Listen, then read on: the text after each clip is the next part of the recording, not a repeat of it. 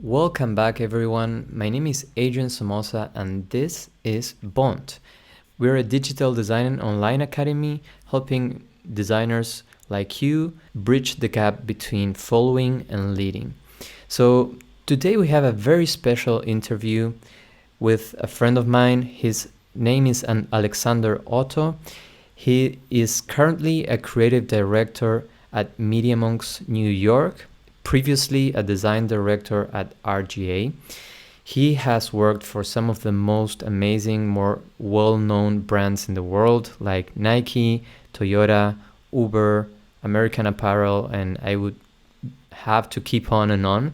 He's an amazing, amazing dude, very chill, and he's very eloquent, so you will want to pay attention because you will leave from this interview with a handful of tips when it comes to creating world-class design systems. And also you will leave with a handful of tips about creative direction, art direction, and how to grow in an agency. And one last thing, he's going to show some of his works. So even though most of this conversation is not going to be visual, you will want to tune in when he's showing his works because his works are really, really top-notch. So pay attention to that part of the interview. So without further ado, Alex Otto. Cool, man. Welcome to the channel. Thank you for being here. Yeah, thank you so much for inviting me. It's great to be on. I'm really, really excited about this interview, man. We've known each other for a couple of years. We've been in RGA actually together, right? I know. And we barely even talked, like, it's crazy. So I'm really happy to have this conversation with you. Thank you for your time. Yeah. And I know you have prepared something about visual, like design systems. And I'm all about hearing what you have to share. So if you want, yeah, would love to. Definitely.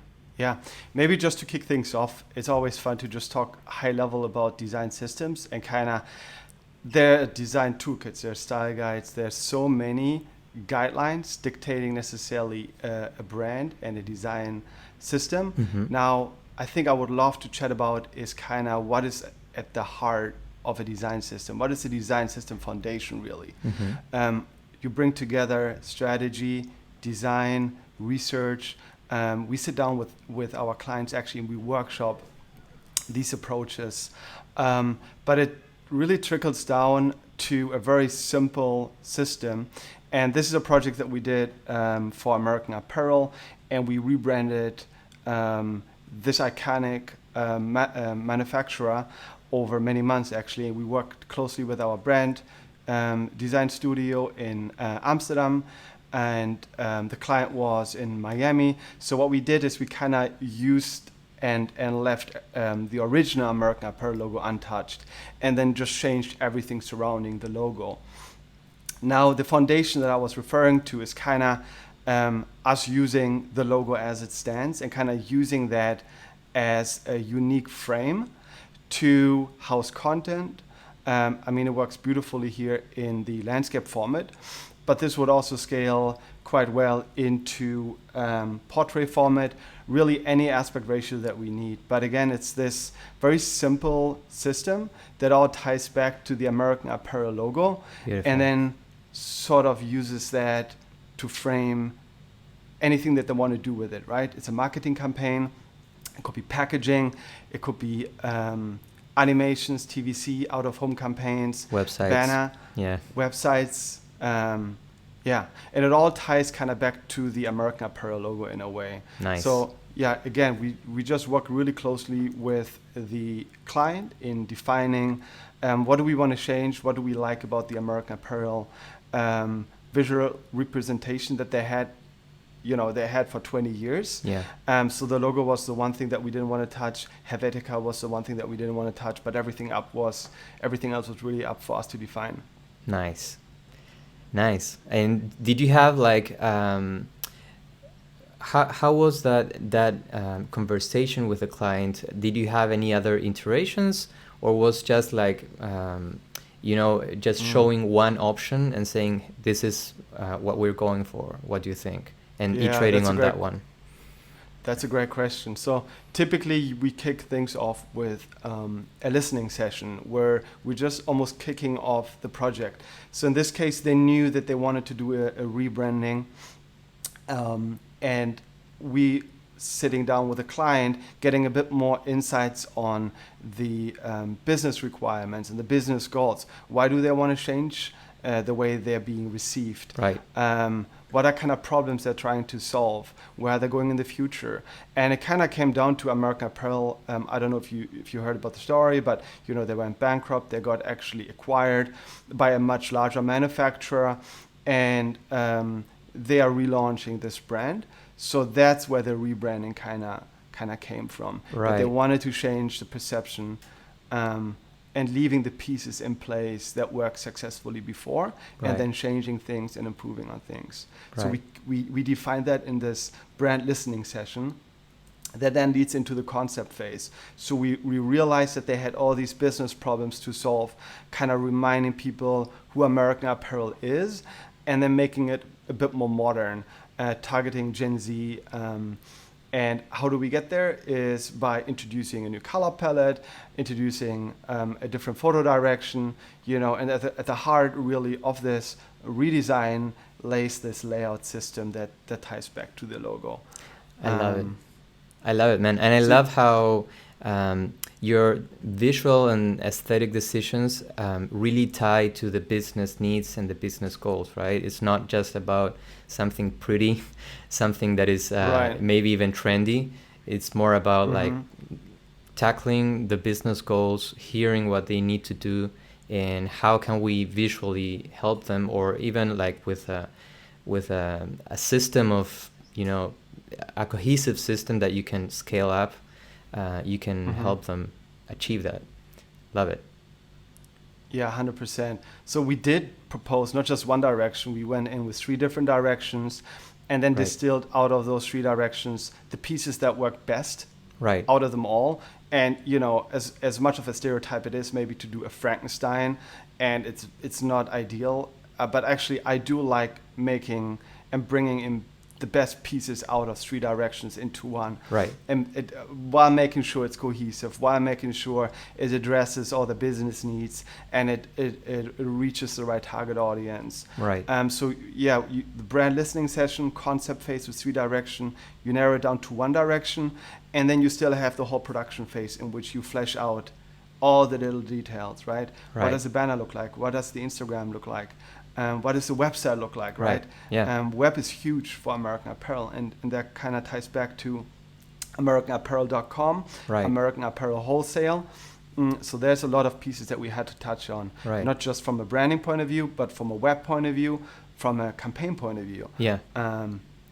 So that's kind of the approach for us, and it really narrows down. We did something very similar with Toyota, Let's see. where they approached us at MediaMonks to kind of combine the Olympics. So what this is, it's an identity system for campaigns. Right. All the work that comes out of Toyota North America kind of go through this brand guidelines, identity that still connects seamlessly to Toyota as a brand. So it's going to be red, we're going to use Toyota type, but then has this unique flavor to it, or perspective actually, to athletes and sports.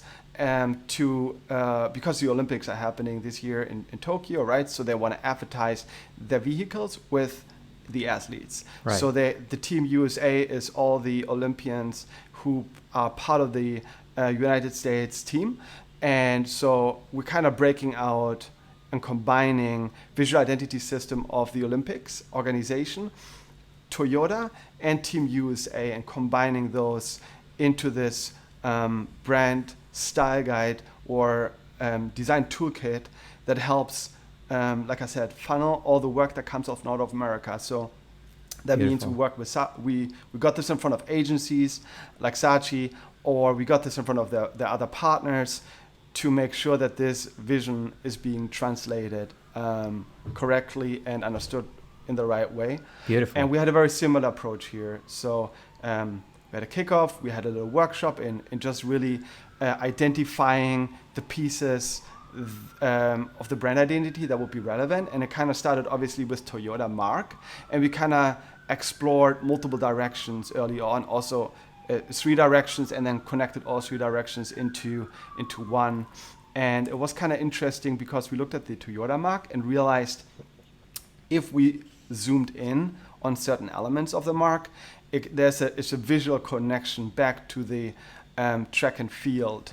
At least from a visual point of view, there is a strong connection. So we're using that to represent the Toyota mark. We also explored the rings, the 3 rings of the Toyota mark.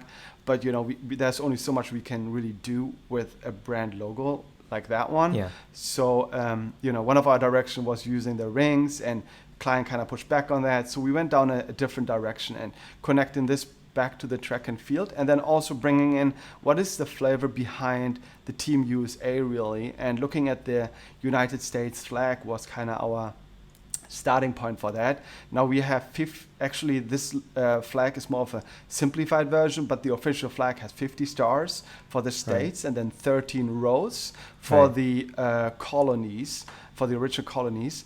And so we use that to kind of set the guidelines for our grid in a way, which was really interesting. It's a 4x4 grid, but then using those 13 rows as a baseline for our lockup, and actually positioning elements on top too. So we have, like I said, the track and field that kind of sparked out of the Toyota logo and the logo mark.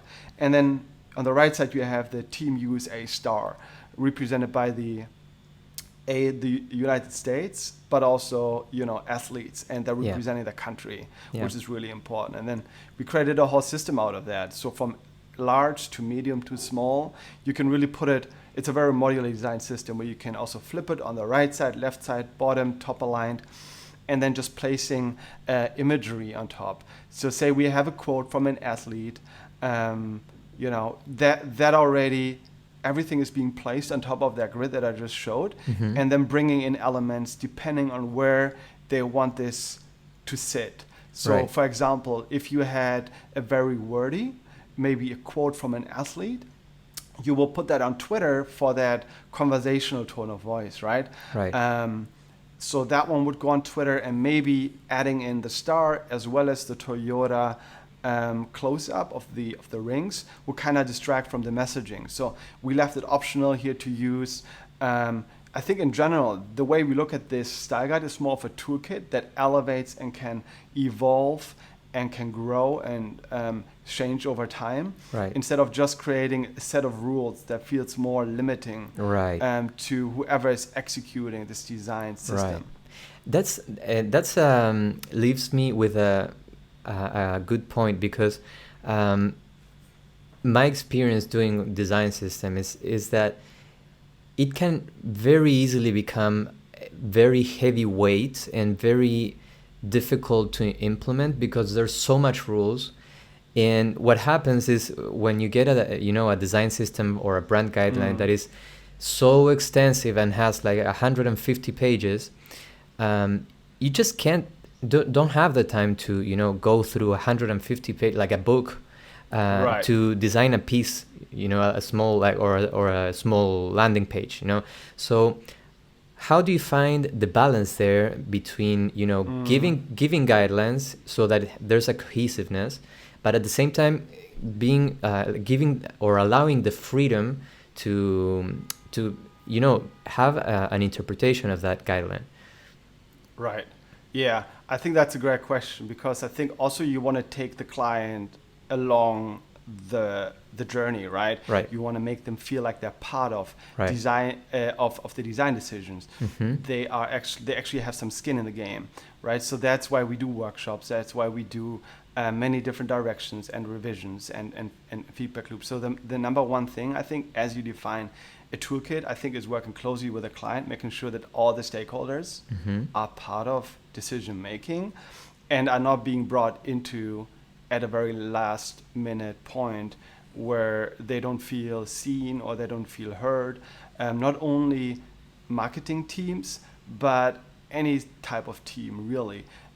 If you we work with Uber, and we work with some more tech companies where product design and marketing are not necessarily connected, but I think it's really important to get these guys in as early as possible in order to make sure we're kind of aligned on the approach. And again, the strategy, it all it's easy to make things look good, but it all needs to kind of tie back to actually being useful for the teams and for the clients, so that when we leave a project, they are not just gonna ignore it, but they're actually gonna embrace it. Right. So you need something like this slide here, for example, where you can demonstrate many different ways of using the system. There's a lot of flexibility and adaptability to this. And you need to define that with the client. And this is just one of the examples, right? This is just landscape format. And this could easily translate to a web design, to a banner, to anything that they really wanted to do at TVC. And I have a little case film too at the end here where you can see different executions. But it all ties back to making this what the client really needs. So that's honestly, we were pushing real hard to have these symbols, for instance, the star and the Toyota rings, part of every execution, but it's really distractive, actually. You know, sometimes you want to be distractive and you want to kind of get attention from, say you have an out-of-home campaign, right? And you just pass by a billboard. I think visually there needs to be striking, and there needs to be maybe more going on than in a Twitter post, right? Where you have a quote of an athlete. So I think you need flexibility, you need the system to be adaptable, and then you need to work and take the client along the journey to make them feel like they own this, and that they have a say in this. Definitely. Totally. I love it. So it's like bringing in some variables, and not so many like hard rules, but more like variables that you can play with and, turn on and off as you need, right? That's pretty much what it comes down to, right? And then again, like the main thing that Toyota wanted to do here is combining the vehicle with the athletes, right? So whenever we show, you can see the case that we quickly put together, where you can see always vehicle in motion and you can see an athlete. And then the flexibility of this graphic system, it seems endless, but it all kind of comes back to the fundamentals, which is the flag, the star, and Toyota. Awesome. I love it. Yeah. Beautiful, man. Great. I have one more example that I wanted to just quickly show, and that's an oldie. It's for Uber, and actually I think when Uber did this project with us, that was before their rebranding that they recently did. So this is the old Uber app icon, actually. And what we did is, when they introduced the updated Uber app, we launched an immersive website that goes along with the launch of the Uber app to explain the new features behind the Uber app and the updates that they did. It's almost think of how Apple introduces the new iOS, right?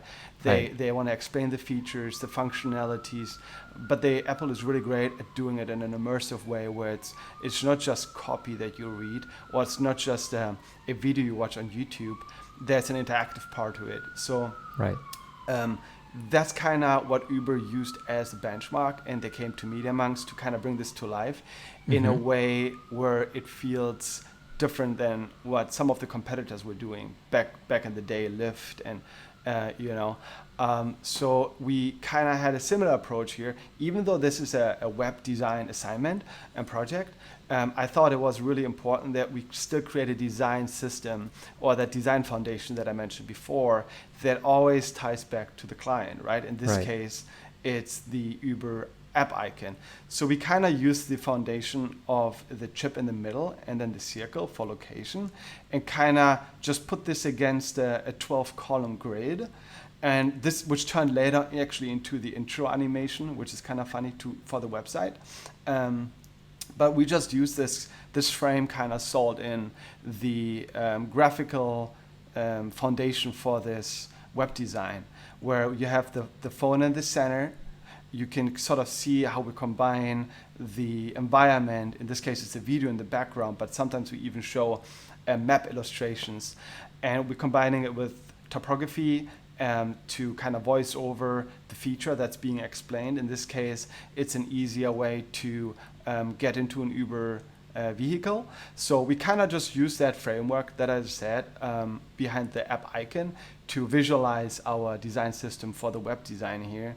And based on that, we then brought it to life with animations in front end. So here you can see a little intro animation actually too. Beautiful. Yeah. Love it, man. Awesome, man. Yeah. I just think that it's kind of interesting thought to not just, because I think again, it's almost, as a designer, you're more concerned the way something looks rather than why does something work or why does it look a certain way, and what are ways of tying it back to the client in a successful, easy way, and visually making that connection, like with the American Apparel, where we literally tying it back to the logo and using that as a frame, the Uber app icon kind of dictating sort of the layout foundation, and then the Toyota example where we're using the United States flag to inform our columns and grids to getting up close on the logo, which was really interesting and hard conversation actually to have with the client about touching their logo, right? If you look at any Toyota campaigns that are out there right now, very little would actually be brave enough to be using their own logo mark in such a prominent way. Awesome, man. I think this really shows the quality of your work and of MediaMonks in the end, of course. But I have some notes, and I want to highlight these notes for people that are maybe hearing. Maybe if you're a junior or you're on your way to becoming, or you want to become an art director or a creative director. Here are some notes that I think are very valuable, golden nuggets that I can take from what Alex just mentioned. One is hear out your client and try to make your best to understand the business needs before you even start, like you open up a program, right? And if you might want to go back, because what Alex did was brilliant, because he started every project with a brief and like explaining the business needs, right? Because that's what really comes down to responding to business needs and to business goals, and making your decisions with informed knowledge about the client, right? So that's one of the things. It's something that many people like when or I even like didn't understand when I started my career, that was so important. I wanted to open up the program and start designing.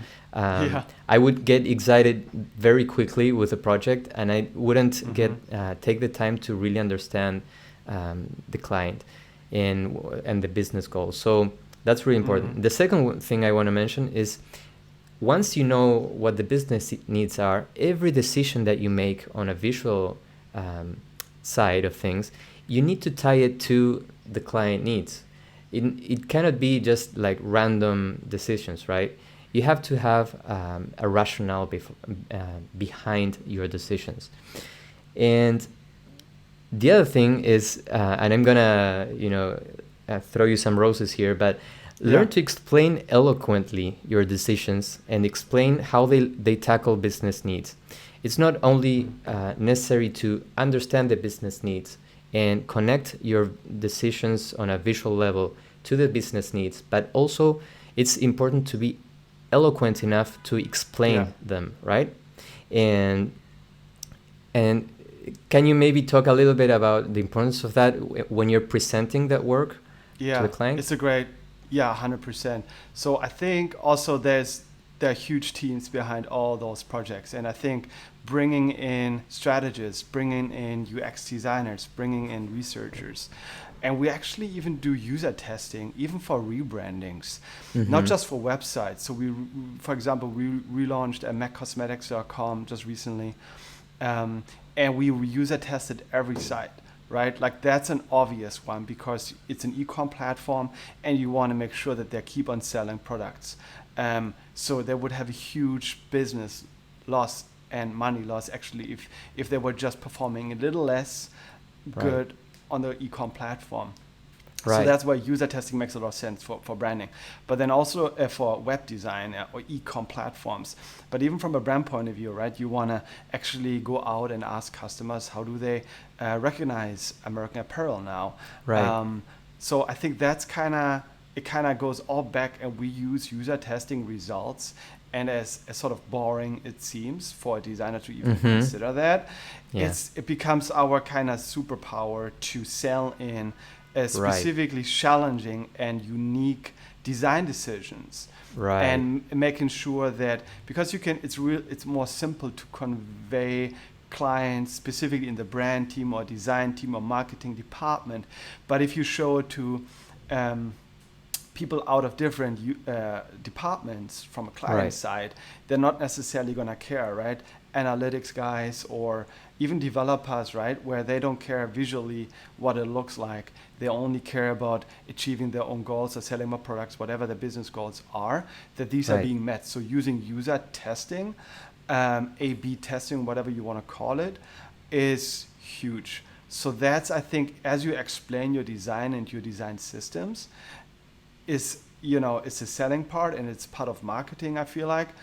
But then how do you bring it and sell it to stakeholders who are not living in that world is the more challenging part, and that's where that kind of comes in.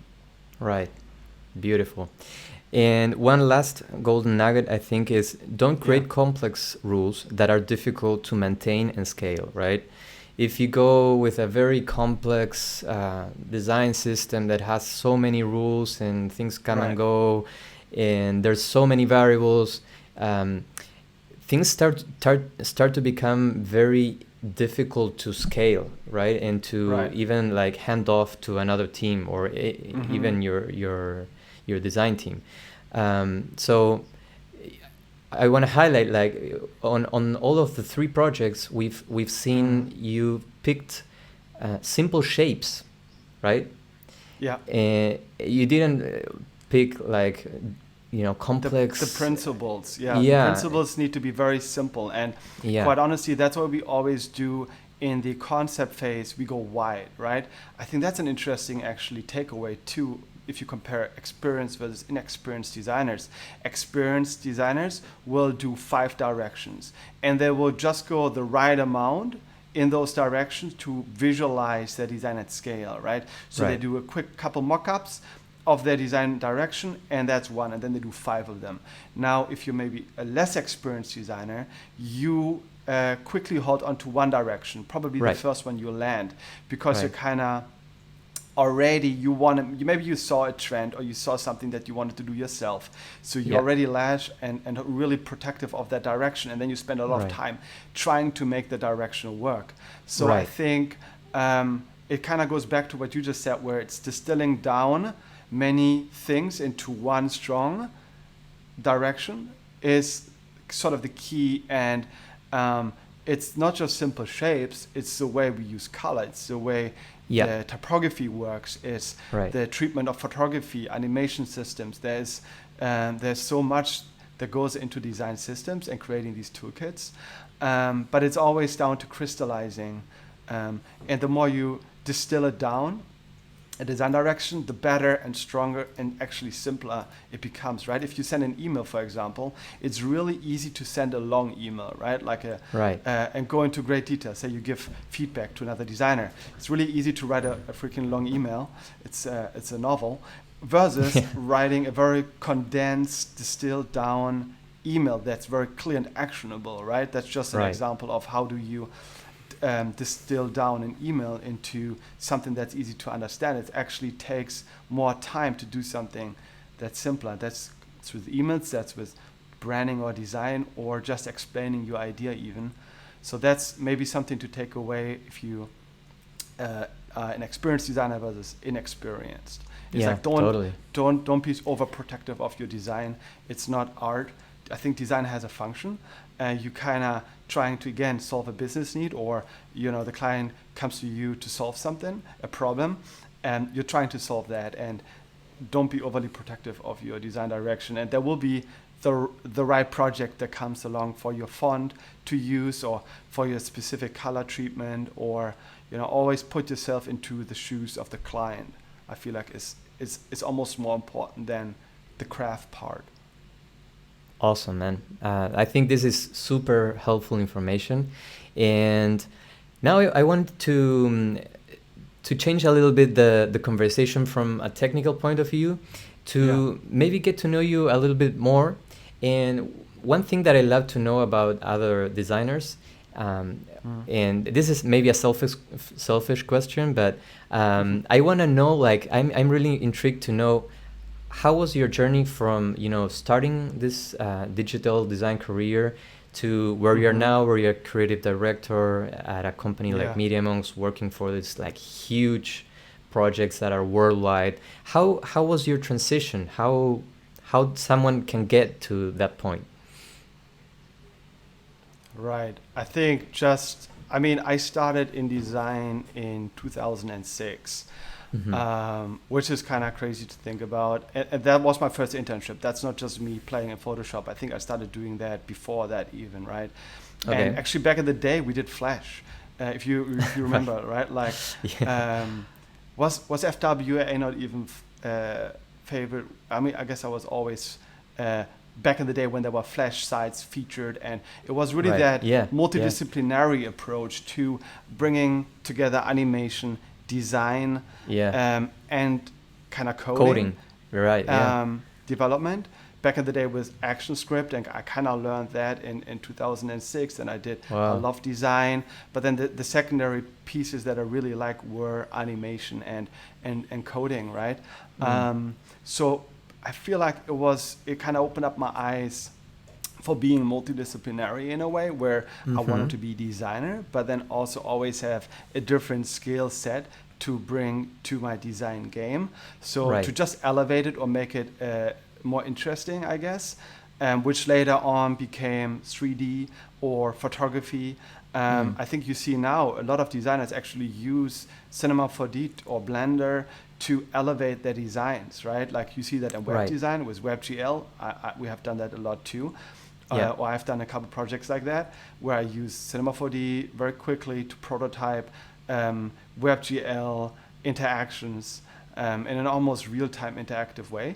And you see it to brand design systems nowadays, how they're using 3D to kind of elevate the brand language that they're creating to, anyone really. Kinetic type, 3D spinning type. I mean, there's a reason for why that stuff is really trendy right now, and I think it's because this tool like Cinema becomes more accessible, it's easier to use. So that's just one of the examples, right? But back in the day when I started out, it was kind of Flash. So it opened up my eyes to being multidisciplinary. Kind of from the start, and then on just being very lucky, kind of getting to work on the right projects and, being connected to the design community. Back in the day, I did more digital illustrations actually, while I was doing Flash websites, and I really liked digital illustrations, Photoshop bashing, I guess is what you call it nowadays, and concept art, and animation was huge. Started with animation in After Effects 2D animation. It was kind of an easy transition from Flash after Flash kind of died out to just change into After Effects. And we present still now design concepts quite often in animation, just so even if it's a web design, right, you're not just gonna present a static image on a Keynote or a Google Slides presentation. You're always gonna animate it at least, or have a prototype, right? You can do a Figma prototype, you can do anywhere, you can do a prototype, but I think really to bring the design to life, you need to have motion or interaction considered specifically for web projects.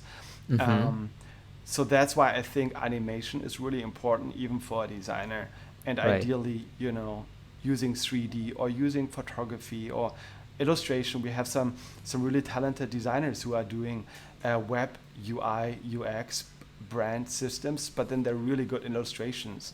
So they're Right. sort of almost like concept artists where they can Mm. help with character development and a more, that type. So it's really helpful if you are an upcoming designer to kind of have additional tools to touch on and to bring into your game. Awesome, man. And like your first, I'm having trouble with the light here. Um, your your Yeah. first job, how did that happen? Like, did you get into, was that a contact, or did you get into the social media game, or how did you land your Good first question. job? Yeah.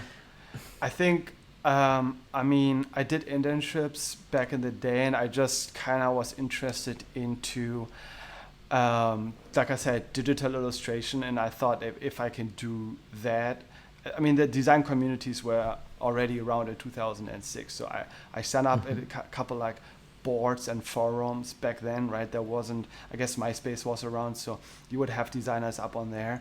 There were design conferences that I would go to. Mm. So that was kind of my way into the industry, but I never really connected with my employer. But it was more so to motivate me to put in the time after school to kind of build up a portfolio. I looked at other designers, kind of their portfolios, and tried to Right. kind of replicate that for myself. And then I Mm-hmm. kind of was lucky having a portfolio with 4 to 6 projects in that were decent to get my first internship. And then from then Gotcha. on, I sort of had mentorships. Yeah.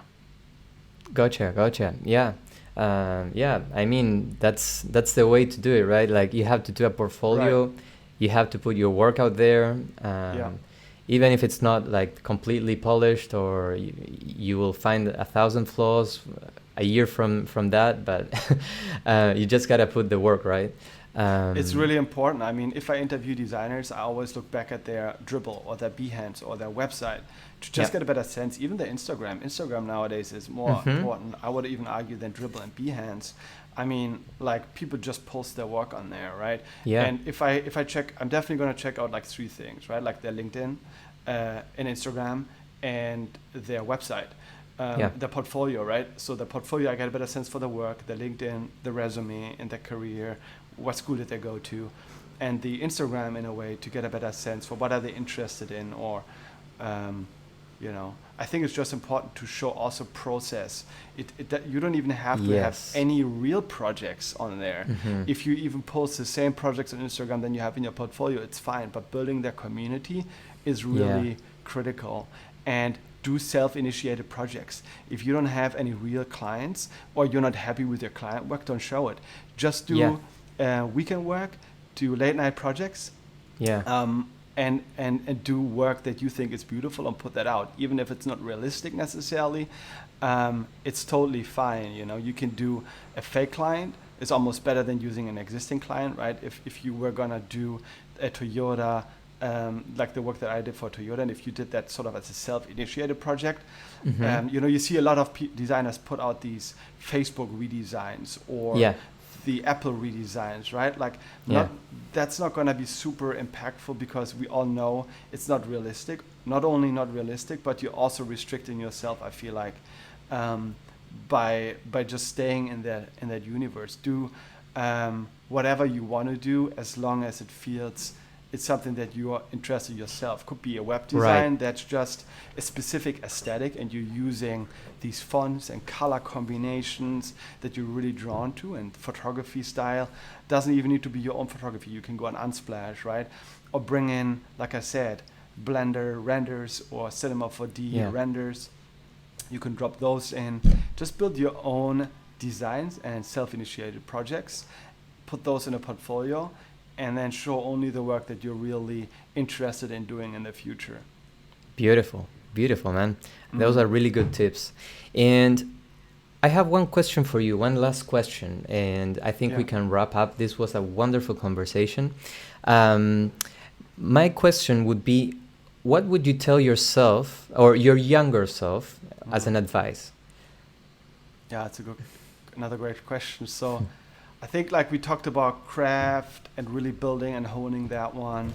and always putting yourself in the shoes of the client. I think one really important one that I kind of learned very late in my career was Mm-hmm. how do I work successful inside an agency or a studio, Uh-huh. and it kind of goes back to working with people, and Mm-hmm. you know, it's really the way you work with other people and how do I bring value to a project. Say I'm a designer and I just finished my design assignment, Mm-hmm. and I'm done and I'm just gonna call it a day, or the creative director maybe said, hey, can you do this design? But then going one step further, kind of thinking through how are we actually going to present this to a client. So Nice. there, a designer can kind of bring in value, where and taking responsibility really in making sure that what your design is makes sense in context of the client. So, say I Mm-hmm. brief a designer, and the briefing or the direction turns out not to be right. Right. Don't make it like my problem, kind of that the design is not working, and because I didn't brief them right, or the guidelines I put in front of them weren't right, or the context wasn't right, right? Like take the responsibility of making sure that the design direction actually is going to work. And that kind of goes always back to putting yourself in the shoes of the client. So really, that's just one example. How can I bring value to the table? So like I said, the easiest one is do a design.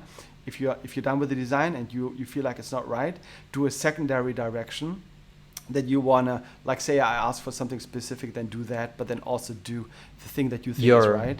your Yeah, approach, yeah. your approach, right? Some designers, they completely ignore my, like back in the day, right? Like they would ignore my brief, they do their own thing, and then we unpack, like, why did you do these things? And they just felt like they wanted to actually match a style or direction that they saw, a project that they saw themselves out there.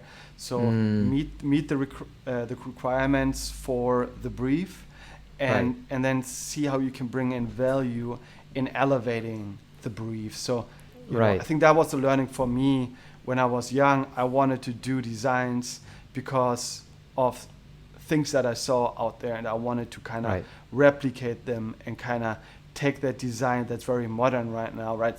Let's say 3D spinning type.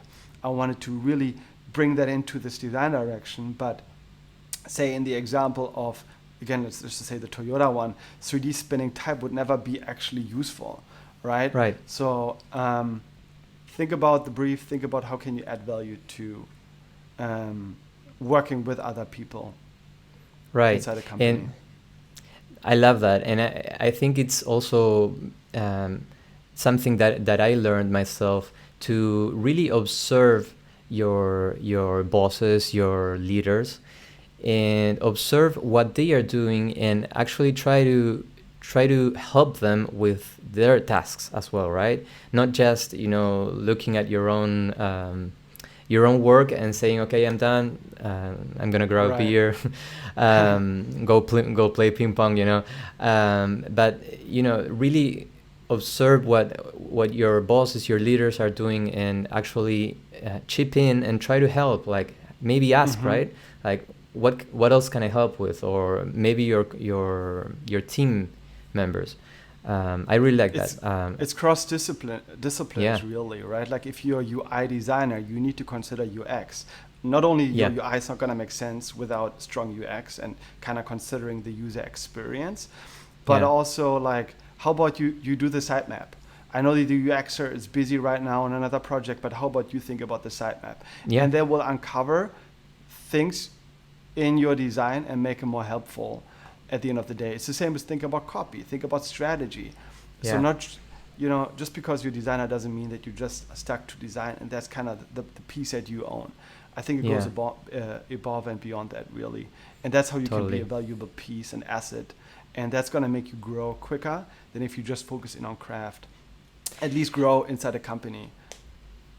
And I have a follow-up question, because my experience was that when I started learning this, I realized it wasn't that I didn't want to help. It was more than I thought that there was like a hard cut, between the role that I had, and Yeah. I had to stick to my role, and that my leaders have other responsibilities, and they were the only ones supposed to do their work. Yeah. So I was like separating those two roles and responsibilities very, very with a clean cut, right? Yeah. And I didn't want to step in their toes, right? Right. So maybe my question is, because it's a challenge, right? How can you help or be helpful without stepping into the toes of your leaders or the people that are leading you? Communication, right? And like checking in with people. So yeah, you're right. Like say I started with the sitemap that I just mentioned, and making sure that the UXer knows though that you're doing that, right? So that when they start doing the sitemap that they build on top of what you already did, nobody's gonna be mad about you starting to consider what the sitemap looks like. It's actually awesome, right? Like unless they're very like protective of their own work, and they're like, oh my god, why did you touch the sitemap? Like why did you think about that? Let me do it. Well, you want to do it, then go ahead. Like that's fantastic. But just so you know, I already kind of took a stab at it. So communication is one thing, and then two is even say you check in with the creative director. Hey, I just finished my design, and now I dropped it into these slides and I start adding annotation to my design. No creative director will ever say that's not useful, that's not helpful. Like, don't do that. I think it just goes back to kind of considering the person on the other end. You're right, like you don't want to step on other people's foot and kind of take up their work, because that seems like you want to do it all. Actually, you should be open and very unprotective. It kind of goes back to not being protective of the work, which is really difficult because we all care so much about what we do. And like helping with an open hand, right? Like this is something I've done in my spare time, take it or leave it. Like it's not I'm not gonna demand you to use it, and I'm not gonna feel offended, that you don't use it. I think that's really, really good advice, man. Awesome. I think this was an excellent conversation, handful of tips for people to take. Thank you so much again for your time, man. I really, really appreciate it. I know you're a busy man, being a creative director, but thank you for your time. And where can people find your work, and where can people get a hand of you? Yeah, awesome. Hey, thanks so much, first of all, for inviting me. I mean, I would love to be back someday. Awesome, people can just find me on alex-otto.com. As well as I have, I'm running this New York mockups account, which it's mockups.nyc, where I just started taking photos of New York, and specifically billboards, and kind of providing Photoshop templates. So all you need to do, they're for free. As I realized, there's a lot of free mockups out there, but I really like New York and kind of the billboards that they have here. So I kind of cover different neighborhoods, from Soho to Times Square to Midtown, Brooklyn. That's really cool. Hopefully that's a nice resource for other designers to use for free, commercial, personal projects. Yeah. Beautiful, man. Beautiful. I'll leave the links below so people can check those out, and I'm also putting it on the screen. Thank you again, man, for your time, and for you guys that are watching. Thank you for watching, and we will see you in the next video. Cheers.